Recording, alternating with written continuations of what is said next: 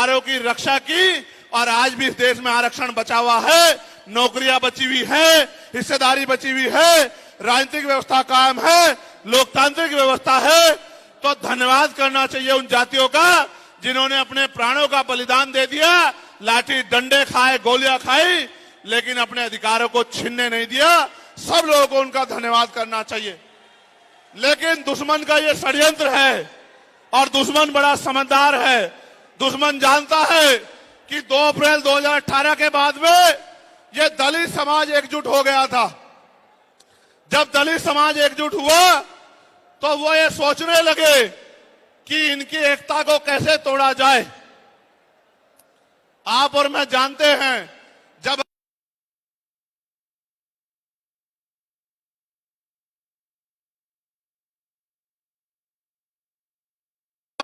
अगर आप झाड़ू की सिक्कों को इकट्ठा कर दोगे, वो सिक्के जो हैं एकजुट हो जाएंगे, उनको बांध दिया जाएगा तो वो सारा कचरा साफ कर देंगे।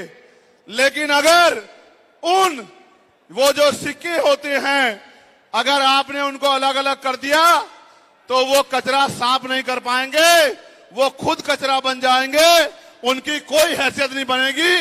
इसलिए हमारे महापुरुषों ने बहुजन समाज में भाईचारे की बात की। और आप महसूस करो, बाबा साहब अंबेडकर ने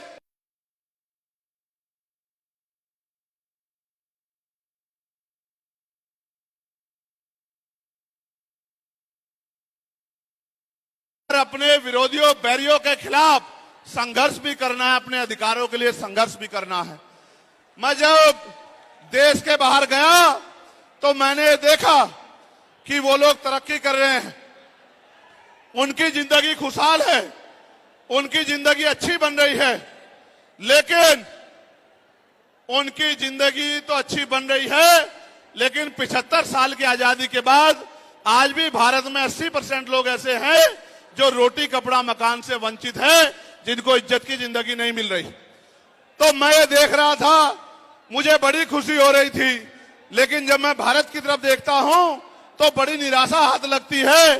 फिर ये महसूस करता हूं कि आज जो कुछ हमारे पास है वो हमारे महान पुरुषों की संघर्ष की वजह से है। अगर हमारे महान पुरुष संघर्ष नहीं करते तो जो आज हमें मिला है ये भी हमें किसी कीमत पे नहीं मिलता।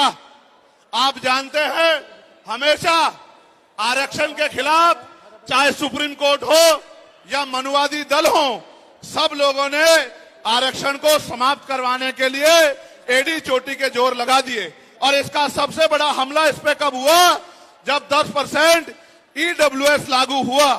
मुझे माफी चाहते हुए कहना है कि हमारे दलों ने भी हाथ उठा के, जो हमारे पूर्व के दल थे, उनका समर्थन किया, जबकि वो आरक्षण पे सबसे बड़ा हमला था।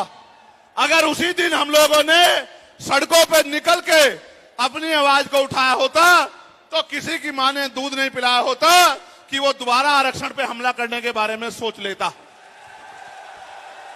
ये भाजपा के लोग जो सत्ता में बैठे हैं, इन्होंने वोट तो आपसे हमसे ली धर्म के नाम पे, भाईचारे के नाम पे, लेकिन सत्ता में आके ये लोग अपने लोगों का काम करने लगे, अपने महापुरुषों की विचारधारा को आगे बढ़ाने लगे। और हम लोग रोटी रोटी के लिए मोहताज लोग, जुल्म जाति के शिकार लोग परेशानी की जिंदगी जीने लगे। मैं चाहता हूं कि जो जिंदगी हमारे लोग ऑस्ट्रेलिया में जी रहे हैं, ऑस्ट्रिया में जी रहे हैं, इटली में जी रहे हैं, यूरोप में जी रहे हैं, पूरे अमेरिका में जी रहे हैं, कनाडा में जी रहे हैं, इंग्लैंड में जी रहे हैं, ऐसी जिंदगी की व्यवस्था भारत में भी हो। लेकिन ये तभी संभव है जब राजनीतिक शक्ति हमारे पास हो। अगर राजनीतिक शक्ति भाजपा और कांग्रेस के पास रहेगी तो हम लोग इज्जत की जिंदगी इस देश में नहीं जी सकते। इस बात को आप लोग मेरी ध्यान रखना। ये मैं नहीं कह रहा हूं, ये बाबा साहब अंबेडकर ने कहा, political power is the master की। राजनीतिक सत्ता वो चाबी है जो आपकी सारी परेशानियों का हल कर देगी। और राजनीतिक सत्ता जिनके पास है, उनके लोग हजारों हजारों करोड़ रुपए लेके भाग जाते। उनके लोग, उनके पूंजीपतियों के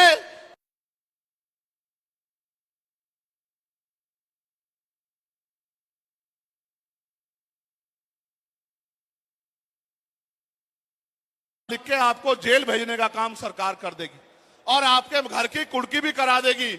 आप किसानों का, मजदूरों का हाल देख लो, आप नौजवानों का हाल देख लो इस देश में क्या है। तो हमारी सबसे बड़ी मांग ये है, आप समर्थन करके बताना कि आप इस पे सहमत हो या नहीं हो। बताओ, जातिवार जनगणना होनी चाहिए नहीं होनी चाहिए? एक सुर में बताओ, होनी चाहिए नहीं होनी चाहिए?